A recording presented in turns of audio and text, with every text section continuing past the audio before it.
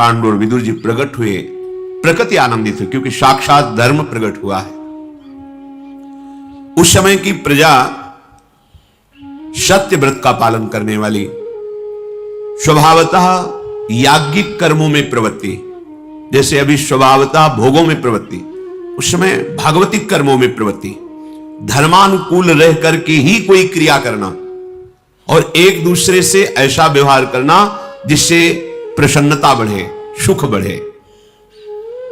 महाभागवत भीष्म जी संपूर्ण राज्य में घोषणा कर दी, हमारे राज्य में कोई अधर्माचरण नहीं करेगा, सबको धर्म पूर्वक शास्त्र संयम के अनुसार वर्ताव करना होगा और हर नगर में बड़े बड़े देव स्थान बनाए जाएं, हर नगर में यज्ञ कराई जाए। उनकी आज्ञा का पालन होता। धीरे धीरे तीनों कुमार बड़े हुए, उनका यज्ञोपवीत संस्कार हुआ।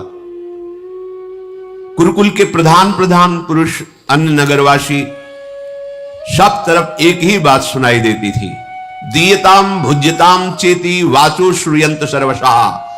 दो, दूसरों को दो, दूसरों को खूब पवाओ, दूसरों को सुख पहुंचाओ।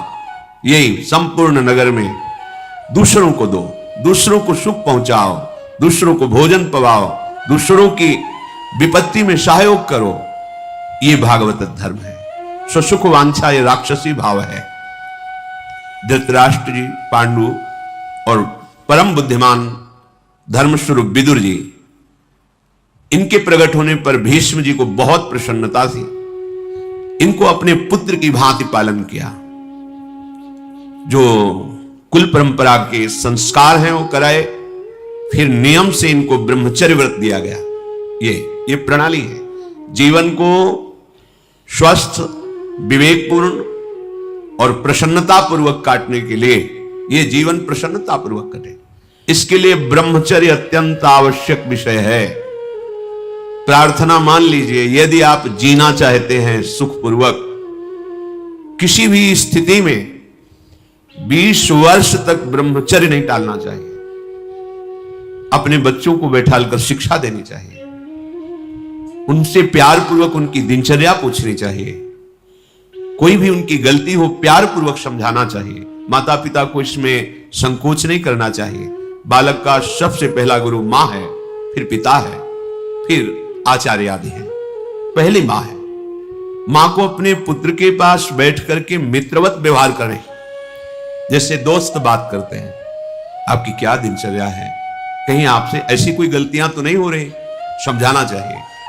पर खुद में अपने संयम और शुद्ध विचार ना होने के कारण हम अपने परिवार को ऐसा सदुपदेश नहीं कर पाते। ब्रह्मचर्य अत्यंत आवश्यक है। देखा, कल के चरित्र में सुना, महाराज विचित्रवीर्य अभी नवकिशोर अवस्था में थे, राज सिंहासन पर विराजमान, 2 नवकुमारियों से ब्याह हुआ। ब्रह्मचर्य पर ध्यान नहीं दिया तो राजक्षमा रोग हो गया और मृत्यु को प्राप्त हो गए। ब्रह्मचर्य क्षीण करना मानो मृत्यु को निमंत्रण देना है, इसे खिलवाड़ न समझा जाए। ब्रह्मचर्य व्रत का भीष्म जी ने उन्हें पालन करवाया। एक होता है आजीवन नैष्ठिक ब्रह्मचर्य, एक होता समय के द्वारा ब्रह्मचर्य। जब तक पाणी ग्रहण संस्कार नहीं होता तब तक ब्रह्मचर्य। फिर उन्हें वेदों का स्वाध्याय कराया, एक एक में शिक्षा मिलती है। हर घर में शास्त्र का गायन होना चाहिए। अपने परिवार को बैठाकर 30 मिनट ही सही कोई महापुरुषों के वचन, पूज्य श्री भाई जी महाराज हनुमान प्रसाद पोद्दार जी ने समस्त शास्त्रों के सार को लेकर छोटी छोटी पत्रिकाओं का संपादन किया, पुस्तिकाओं का, उनको लेना चाहिए। अपने परिवार को बैठ के सुनाना चाहिए। श्रीमद् भागवत का एक अध्याय सुनाना चाहिए। ज्यादा समय न हो तो थोड़ा महापुरुषों के चरित्र, भक्तों के चरित्र, ये सुनाना चाहिए, जिससे क्या करना चाहिए, क्या नहीं करना चाहिए, जीवन का उद्देश्य क्या है। श्रवण का बहुत बड़ा प्रभाव पड़ता है। नारद जी ने प्रभु की महिमा सुनाकर गर्भस्थ शिशु प्रहलाद जी को महाभागवत बना दिया। गर्भ में ही अभिमन्यु जी ने चक्रव्यूह वेधने की शिक्षा प्राप्त कर ली। बड़ा प्रभाव है भगवत चर्चा का। अपने बाल्यावस्था में देखा, प्रायः दीपक जला करके कहीं रामायण हो रही, कहीं भागवत हो रही, घर घर में शाम के 2-4 जन बैठे हुए गा गा के रामायण अर्थ सहित या भागवत का गायन। प्रायः पहले ऐसा महामंगल 10-20 मिनट बैठ करके बूढ़े बच्चे सब नाम कीर्तन, श्री राम जय जय राम, गांव में देखा है। संत महात्मा पधारते, भगवान की तरह उनका स्वागत।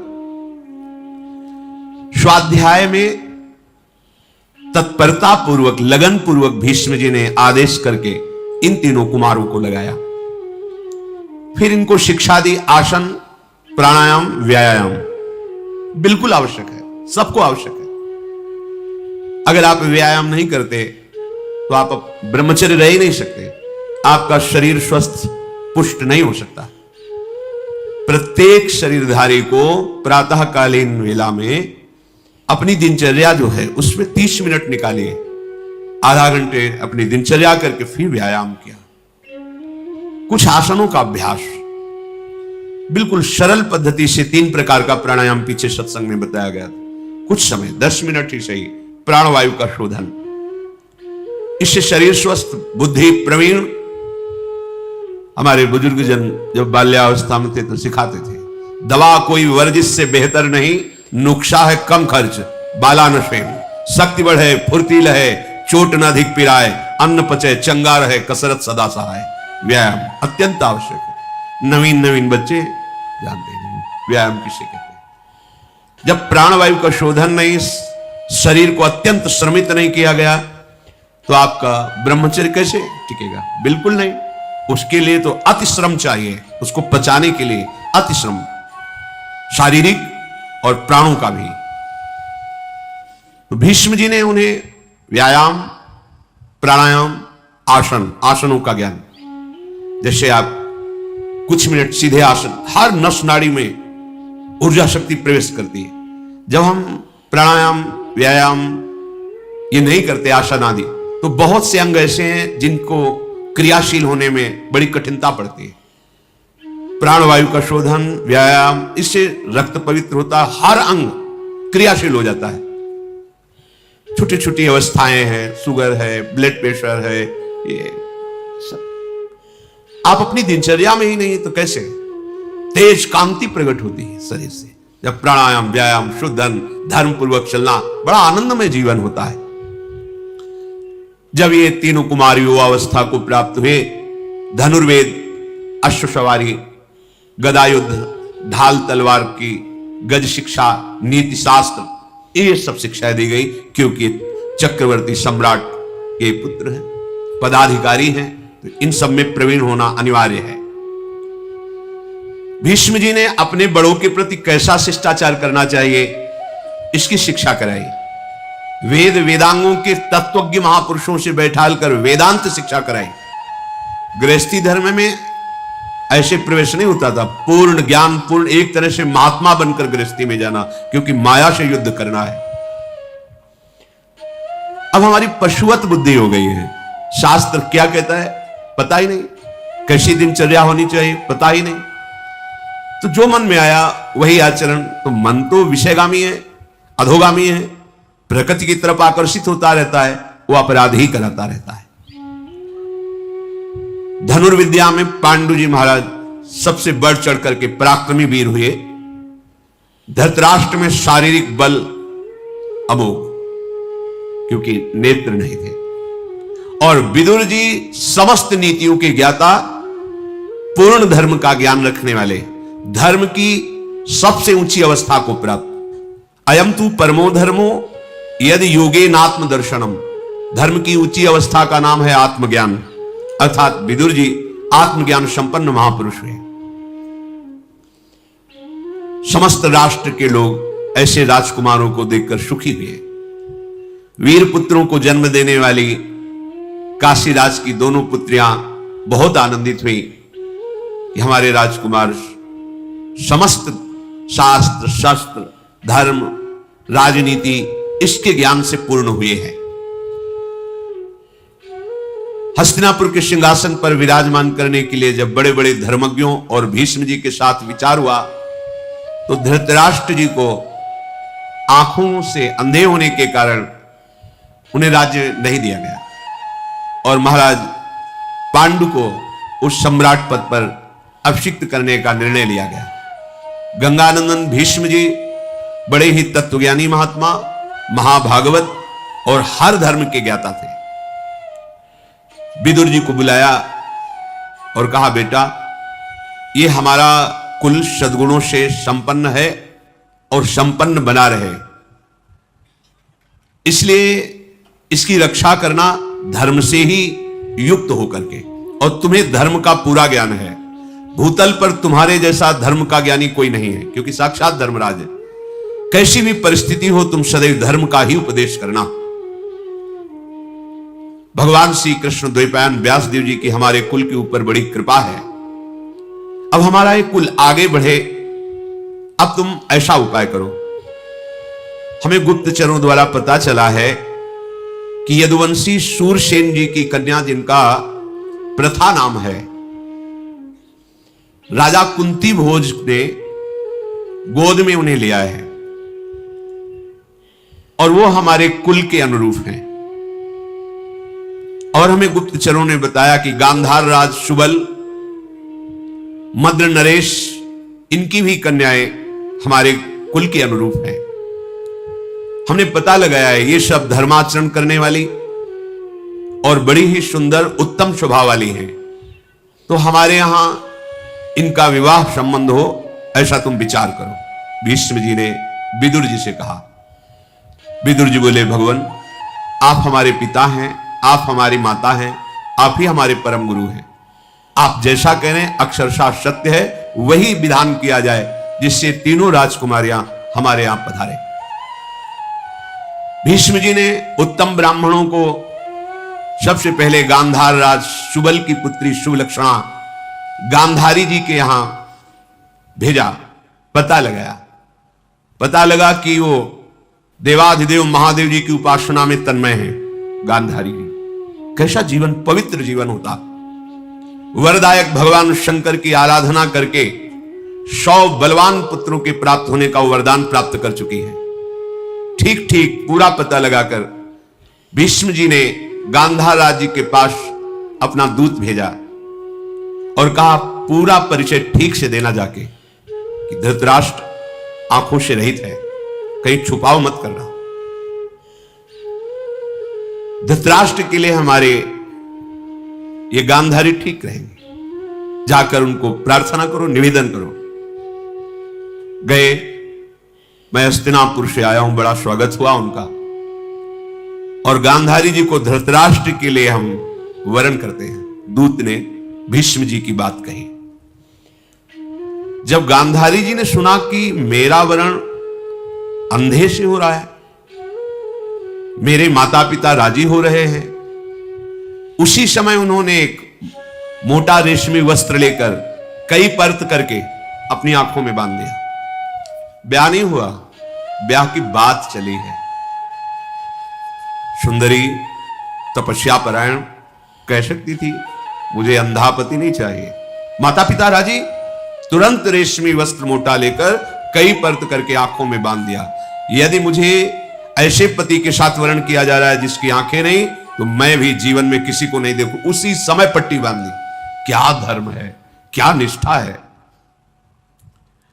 गांधारी उसी समय निश्चय किया कि अपने पति की हर विधान से मुझे सेवा करते हुए पातिव्रत धर्म का पालन करना है। अपने पति में कभी दोष नहीं देखूंगी, कभी उनकी आज्ञा का उल्लंघन नहीं करूंगी। गांधार राजकुमार शकुनी बड़े ही प्रवीण थे, द्यूत क्रीड़ा में, राजनीति में और छल विद्या, कपट विद्या में भी। युवावस्था थी।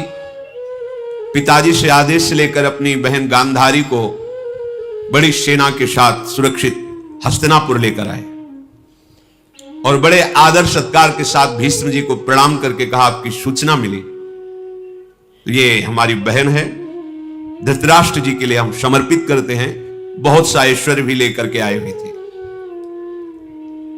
भीष्म जी की सम्मति से शास्त्र के अनुसार गांधारी जी का धृतराष्ट्र के साथ विवाह हुआ। शकुनी ने अपनी बहन को बहुत सा रत्न आभूषण आदि दहेज में दिया। भीष्म जी ने शकुनी का सम्मान किया। इसके बाद वो गांधार राजकुमार वापस चले गए। गांधारी, स्वभाव, सदाचार, सद्व्यवहार, इन तीनों को अपने दृष्टि में रख करके धृतराष्ट्र की सेवा करती। क्या हमारे पति का स्वभाव है? पति के स्वभाव की अनुकूलता लेकर चले। कैसा समर्पण कि वर वरण की चर्चा सुनकर आंख में पट्टी बांधी। कैसा धैर्य। भला एक दिन आंख में पट्टी बांध के देखो, घबराहट पैदा हो जाएगी। आंख होते हुए भी संसार को ना देखना, क्योंकि मेरे का वरण ऐसे पति के साथ जिसके आंख नहीं है। सुंदर वर्ताव करते उन्होंने धृतराष्ट्र और समस्त गुरुजनों को प्रसन्न कर लिया। यदुवंशियों में श्रेष्ठ महामनस्वी शूरसेन जी हुए हैं, जिनके पुत्र भगवान के पिता वसुदेव जी। इन्हीं शूरसेन के पुत्र हैं वसुदेव जी। उनको एक कन्या हुई थी जिसका नाम पृथा रखा गया था। बहुत ही रूपवान और स्वभाव में बहुत ही गंभीर स्वभाव की थी। शूरसेन के एक मित्र थे कुंती भोज। दोनों में मित्रता में पहली प्रतिज्ञा कर रही थी कि जब हमारी पहली संतान होगी वो हम आपको भेंट करेंगे। ऐसा शूरसेन ने कुंती भोज से किया था। शूरसेन जी की पहले कन्या हुई पृथा जी। उन्होंने अपने मित्र को बुलाया और कहा, प्रतिज्ञा थी जो पुत्र या पुत्री होगी वो आप स्वीकार कर दिए। शूरसेन की कन्या पृथा को कुंती भोज ने स्वीकार किया। कुंती भोज के घर में पृथा ब्रह्मचर्य का पालन करते हुए देवताओं का पूजन करना, जप करना और आए हुए संत महात्मा अतिथियों की सेवा करना, यह उनका प्रधान कार्य था। अभी कुछ अवस्था हुई ही थी कि बड़े ही कठोर व्रत का पालन करने वाले, धर्म में सदैव सावधान, तपस्या के महान धनी ब्रह्म ऋषि दुर्वासा जी पधारे कुंती भोज के यहां। वो अतिथि सेवा, संत सेवा में बड़ी प्रवीण थी पृथा जी। पृथा जी उनकी सेवा में लगी। यद्यपि वो बड़े ही क्रोधी और उग्र स्वभाव के थे, पर बहुत सहनशील, शांत रहकर सावधानी पूर्वक उनकी सेवा पृथा जी ने की। राजकुमारी पृथा की सेवा से यद्यपि अत्यंत उग्र स्वभाव और कठोर स्वभाव के दुर्वासा जी बहुत प्रसन्न हुए और कहा कि बेटा तुमने हमें रिझा लिया। मैं तुम्हें एक मंत्र प्रदान करता हूं। इसकी प्रयोग विधि यह है और यह वशीकरण मंत्र है। तुम जिसको चाहो, जिस देवता को, उसी क्षण बुला सकती हो। मंत्र का प्रयोग करते हुए देवता तुम्हारे सामने उपस्थित होगा और जो तुम चाहोगी वो तुम्हें वो प्रदान करेगा। ऐसा वरदान दुर्वासा जी ने दिया। ब्रह्मर्षि दुर्वासा के कहने पर कुंती के मन में बड़ा कौतूहल हुआ। मैं जिस देवता को चाहूं उसको बुला सकती हूं। यद्यपि अभी कुमार अवस्था में ही थी। दुर्वासा जी के चले जाने पर एक दिन महल में सूर्य की किरणें अभी उदय ही हुए थे, आ रही थी। दृष्टि गई सूर्य पर, तो उन्होंने सोचा मंत्र का प्रयोग करके देखें। जो ऋषि ने कहा है कि बुलाते ही तुरंत, तो क्या सूर्य भगवान हमारे पास आ जाएंगे? उसी पद्धति से तत्काल मंत्र का उच्चारण किया। जे ही उच्चारण किया तो उत्पत्ति पालन करने वाले तेजस्वी भगवान सूर्य कहां से आए, कैसे आए पता नहीं, सामने खड़े। आश्चर्यचकित हो गई, भयभीत हो गई पृथा जी। भगवान सूर्य आकर बोले, बुलाया, मैं उपस्थित हुआ। बोलिए किस कार्य के लिए बुलाया? कौन सा तुम्हारा प्रिय कार्य करूं?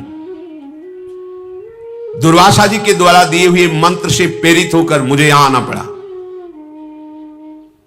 कुंती जी ने हाथ जोड़कर कहा प्रणाम करके कि भगवान, बस ऋषि ने मंत्र दिया था, मैं उसका प्रयोग करके देखना चाहती थी कि क्या ऐसा होता है।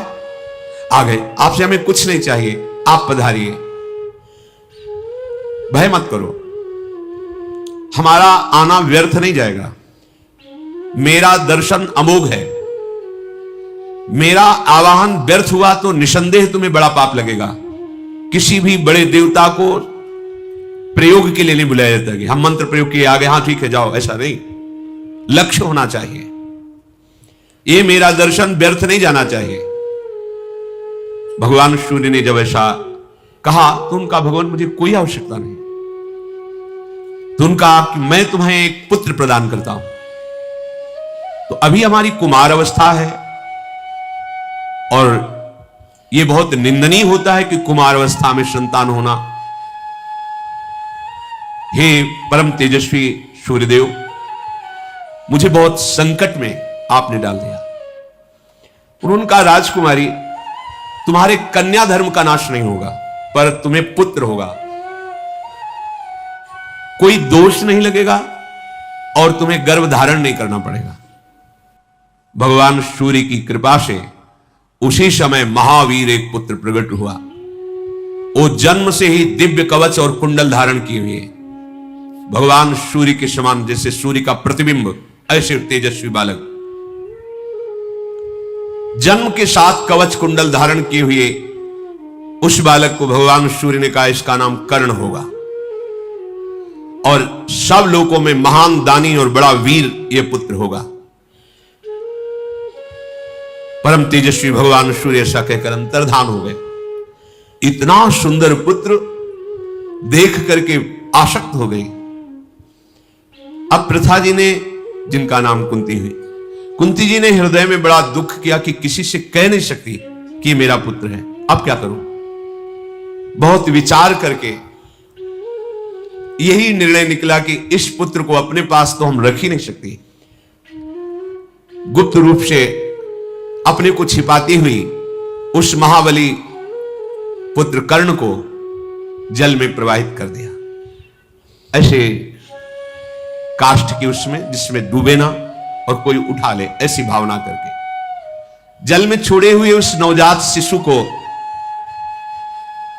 एक सूत पुत्र अधिरथ थे जो उपासना कर रहे थे, उनके पुत्र नहीं हो रहा था, तो नदी में खड़े हुए मंत्र जाप कर रहे थे। तो बालक के रोने की आवाज आई, देखा, समीप गए, इतना तेजस्वी बालक। उन्होंने विचार किया, भगवान ने साक्षात हमें बालक दिया है। पत्नी सहित उस अपने बालक को लेकर के यही घोषित किया, मेरा पुत्र है। और उस बालक का नाम कवच कुंडल आदि के साथ होने के कारण वसुसेन रखा, वसुसेन। धीरे धीरे बालक बड़ा हुआ, अस्त्र विद्या में बहुत प्रवीणता, उपासना में बहुत ही धैर्य। सूर्य उदय जिधर होता है उस तरफ मुख करके खड़े हो जाते हो। जब सूर्य पीठ पे लगते तब तक जल में खड़े हुए हाथ उठाए केवल मंत्र जपते रहते। बाल्यावस्था में कर्ण की ये आराधना थी इनकी। सूर्य उदय होने के पहले ही हाथ उठाकर जल में यहां तक खड़े हो जाते और जब सूर्य उदय होकर के पीठ में लगते तब वो मंत्र उपासना को विश्राम देते, सूर्य उपस्थान प्रणाम करके। ऐसे मंत्र में जप में लगे हुए बुद्धिमान वीर कर्ण का यह नियम था कि जिस समय मैं आराधना में, उस समय कोई प्राण भी मांगे तो मैं दे दूंगा, ना नहीं निकल सकता। जब भगवान सूर्य ने देखा कि इसका नियम पक्का है और कोई भी मांगेगा तो ये सब कुछ दे सकता है, तो स्वप्न में आके कहा कि बेटा, तुम मेरी आराधना कर रहे हो और मैं भी तुम्हारा पिता हूं, इसलिए तुम्हें संकेत कर रहा हूं कि एक समय ऐसा होगा, देवराज इंद्र ब्राह्मण के रूप में इसी उपासना के बीच में आएंगे और तुमसे कवच कुंडल मांगेंगे, तुम उन्हें मत देना। कवच कुंडलों का वो अपहरण कपटपूर्वक करना चाहते हैं, क्योंकि जब तक कवच और कुंडल विराजमान रहेगा कोई तुम्हारे शरीर का छेदन भेदन नहीं कर सकता।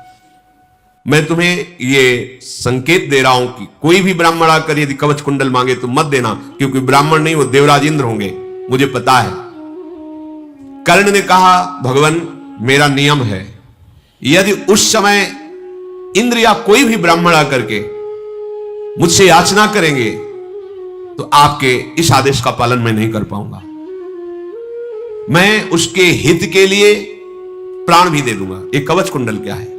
और कहीं देवताओं के अधिदेवता इंद्रदेव ब्राह्मण रूप में आवे तो ये जान लेने पर भी कि वो मुझसे मांग रहे हैं देवराज इंद्र, मैं नहीं रुक सकता, मैं तो दूंगा ही। स्वप्न में ऐसा कहकर भगवान सूर्यदेव अंतर्धान हो गए। कर्ण ने विचार किया, ये स्वप्न नहीं था, ये तो साक्षात जैसा ही था। एक दिन ऐसा ही हुआ, आगे ये सर्व विजयी ना हो इस भाव को लेकर देवराज इंद्र ब्राह्मण के वेश में आए। जब कर्ण हाथ उठा करके मंत्र जप कर रहे थे, तब उनसे कहा मुझे भिक्षा दीजिए। कर्ण ने हाथ जोड़कर कहा आप बोले आपको क्या चाहिए? उनका तुम्हारे जन्म के साथ प्रकट हुआ एक कवच और एक कुंडल।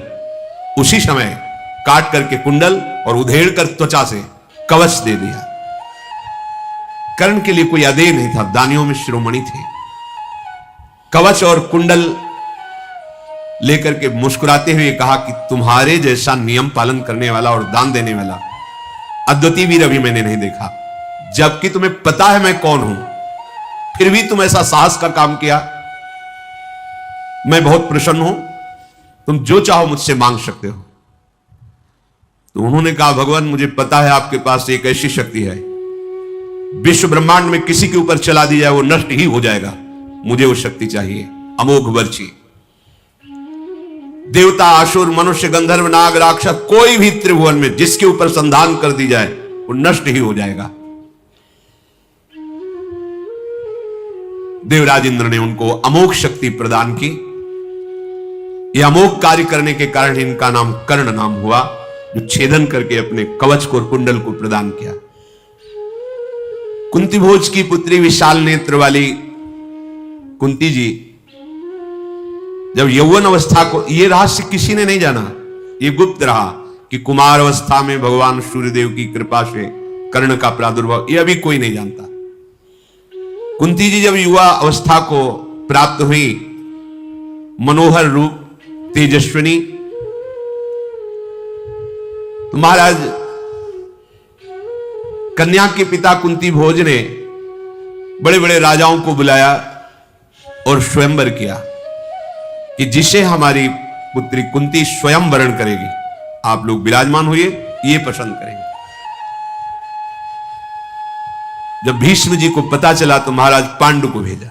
धृतराष्ट्र का ब्याह गांधारी से, महाराज पांडु को, भरतवंश शिरोमणि नृपश्रेष्ठ पांडु उस सभा में गए। सिंह के समान महान बलशाली तेजस्वी भगवान व्यासदेव जी के द्वारा प्रकट हुए।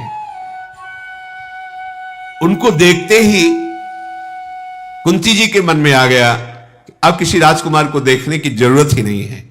एक ही दृष्टि में महाराज पांडु को स्वीकार कर लिया और पांडु जी के गले में वरमाला डाल दी। जब राजाओं ने देखा कि वरण तो पांडु का हो गया, तो सब अपने वाहनों द्वारा वापस हो गए। कुरुनंदन पांडु कुमारी कुंती से संयुक्त होकर सची के साथ जैसे देवराजेंद्र शोभा पाते, ऐसे शोभायमान हुए। कुंती भोज ने शास्त्रीय पद्धति से फिर पांडु का कुंती जी के साथ विवाह संस्कार किया। बहुत से धन और रत्नों को उन्हें दिया। पांडु को उनकी राजधानी हस्तिनापुर में सम्मान के साथ कुंती भोज ने कुंती के सहित बहुत धन ऐश्वर्य के साथ विदा किया। बड़े बड़े ब्राह्मण महर्षि आकर के पांडु को आशीर्वाद दिए। शांतनुनंदन भीष्म जी ने विचार किया चक्रवर्ती राजा की एक और रानी होनी चाहिए। बूढ़े मंत्री ब्राह्मण महर्षि चतुर्ंगिणी सेना के साथ मद्रराज की राजधानी में स्वयं भीष्म जी गए। वाल्मीकि शिरोमणि राजा शल्य ने जब सुना महापराक्रमी महाभागवत भीष्म जी पधारे हैं, तो नगर से बाहर निकलकर उनकी अगवानी की, स्वागत सत्कार किया, महल में ले गए, सुंदर आसन पाद्य अर्घ आदि देकर उनकी पूजा की। भीष्म जी से कहा आपका आगमन व्यर्थ नहीं हो सकता, आप आगमन का प्रयोजन बताइए। भीष्म जी ने कहा मद्राज, मैंने सुना है तुम्हारी एक बहुत ही सुंदर सुशील कन्या है, मैं उसके लिए आया हूं। उस यशस्वनी को जिसका नाम माद्री है, अपने पांडु के लिए मैं उसे वरण करता हूं। उनका राजन, ये तो हमारे भाग्य की बात है कि स्वयं भीष्म मांग रहे हैं पांडु के लिए, पर हमारे यहां एक नियम है, कुल परंपरा से चला रहा है कि हम कन्या उसी को देते हैं जो ऐश्वर्य हमें समर्पित करता है। ये परंपरा चली आ रही है, हमारा कुल धर्म है, और जो हमारे बुजुर्ग करते चले आ रहे वही हमें प्रमाण मानना है। भीष्म जी ने कहा स्वेच्छा से हम दें या आप अंक बोलेंगे? उनका नहीं, कुछ भी, बस एक नियम है भीष्म ने बहुत से रत्न आभूषण सब हाथी घोड़े बहुत से दिए।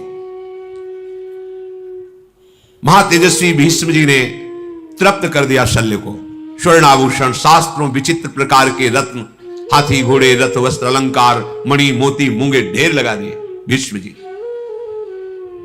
शल्य ने वस्त्राभूषणों से विभूषित करके राजा पांडु के लिए कुरुश्रेष्ठ भीष्म को कन्या समर्पित की। गंगानंदन भीष्म माद्री जी को लेकर हस्तिनापुर आए और ब्राह्मणों द्वारा राजा पांडु की दूसरी ब्याह पद्धति माद्री के साथ पूर्ण किया। कुंती और माद्री जी, पांडु की दो पत्नियां, धृतराष्ट्र की श्री गांधारी जी। राजाओं में श्रेष्ठ महाराज पांडु अपनी दोनों पत्नी कुंती और माद्री के साथ आनंद पूर्वक महल में रहने लगे। भीष्म जी ने संकेत किया कि चक्रवर्ती सम्राट सिंहासन पर वही सुशोभित होता है जो पूरी पृथ्वी पर विजय प्राप्त कर सके। महलों में ही रहने का अवसर नहीं, ब्याह हो गया है, निकलो और पूरे विश्व को परास्त करके फिर सिंहासन पर बैठो। आज्ञा के अनुसार समूची पृथ्वी पर विजय प्राप्त करने के लिए राजधानी से बाहर निकले महाराज पांडु। भीष्म जी के चरणों में मस्तक रखकर झुकाया। ब्राह्मणों ने मंगलाचरण किया। पांडु देव कुमारों के समान महान तेजस्वी बलशाली थे। अपने सैनिकों के साथ शत्रुओं, जो राजशत्रु थे, उन पर धावा बोला। पराक्रमी पांडु सबसे पहले विंध्य पर्वत के पूर्व दक्षिण की ओर, जिसे भिलसा कहते हैं, उस राजधानी में आक्रमण किया। फिर मगध देश में, उस समय दीर्घ नाम का राजा मगध राज पर राज करता था, उसे मार गिराया। फिर मिथिला देश, फिर काशीपुरी, सुई, पुंड्र, बड़े बड़े विश्व में, पूरे विश्व में जो भी राजा उनके आगे सर नहीं झुकाता उसे बंदी बना लेते, उसे दंड देते। परास्त करके राजा पांडु प्रज्वलित अग्नि के समान सुशोभित हुए। सेना सहित पांडु अपार संपत्ति, जो राजा मित्र थे वो भेंट देते, जो शत्रु थे उनको बंदी बनाकर बहुत सी संपत्ति, ढेर के ढेर, पहाड़ के पहाड़, जैसे मणि, मोती, मूंगे, स्वर्ण, चांदी, गौरत्न, अश्वरत्न, रथ रत्न, हाथी, ऊंट, बहुत सी मृगचर्म, क्या क्या सामग्री हस्तिनापुराधीश राजा पांडु जीत करके लाए। हस्तिनापुर में जब लौट कर आए तो उनका स्वागत हुआ। राजा पांडु जब नगर के निकट आए तो भीष्म जी ने उनकी अगवानी की। देखा अपार संपत्ति। आनंद बढ़ाने वाले पांडु निकट आकर महाभागवत भीष्म जी के चरणों में प्रणाम किया, सबका सम्मान किया। शंख तुरही मृदंग आदि से पांडु जी का स्वागत हुआ। सबसे पहले पांडु जी ने सारी संपत्ति अपने बड़े भाई धृतराष्ट्र के हाथ में दी। यह मर्यादा, यद्यपि राजा पद पर आप हैं, पर अधिकारी धृतराष्ट्र जी हैं, क्योंकि बड़े हैं। धृतराष्ट्र की आज्ञा से फिर भीष्म जी को, सत्यवती जी को, अंबिका, अंबालिका को प्रणाम, नमस्कार और ये भेंट समर्पित की। विदुर जी के लिए भी संपत्ति का विभाग किया। सब पूरे नगर को बंटवाया संपत्ति। सत्यवती ने पांडु द्वारा जीत कर लाए हुए शुभ धन से खूब प्रजा को संतुष्ट किया। धृतराष्ट्र ने उस धन से ब्रह्म ऋषियों को बुलाकर 100 अश्वमेध यज्ञ करवाए। अब विचार किया महाराज पांडु ने, विजय भी हो गई, अब एकांतवास करके भजन भी करना चाहिए। अपनी दोनों पत्नियों को लेकर, कुछ अंगरक्षकों को लेकर राजमहल के सुख को छोड़कर वन में वास करने का विचार किया कि वहां जो हिंसक, प्रजा में संक्रामक रोग फैलाने वाले पशु हैं, उनका शिकार, और एकांत में मंत्र जाप आदि करते हैं कुछ समय, क्योंकि युद्ध आदि में बहुत हत्याएं होती हैं। हिमालय के दक्षिण भाग की रमणीय भूमि में पर्वत के शिखरों पर विचरते हुए वहां निवास करने लगे। कुंती और माद्री के साथ में वहां तलवार, बाण, धनुष, विचित्र कवच धारण करके भ्रमण करते। पांडु को देख करके वनवासी ऋषि मुनि बहुत सुखी हुए कि रक्षा करेंगे। यहां धृतराष्ट्र की आज्ञा से प्रेरित होकर बहुत से गुप्तचर पांडु की सुरक्षा में गुप्त रूप से रहते। यद्यपि उन्होंने ऐसा कहा नहीं था, पर उस सुरक्षा में रहते, क्योंकि चक्रवर्ती सम्राट है, कोई आक्रमण न करे। समय बड़ा विचित्र होता है। सब समय सुख जैसा ही नहीं रहता कि एक सुख का कार्य चल रहा है, तो सुख ही बना रहेगा। भीष्म जी ने विदुर जी का भी विवाह करवा दिया।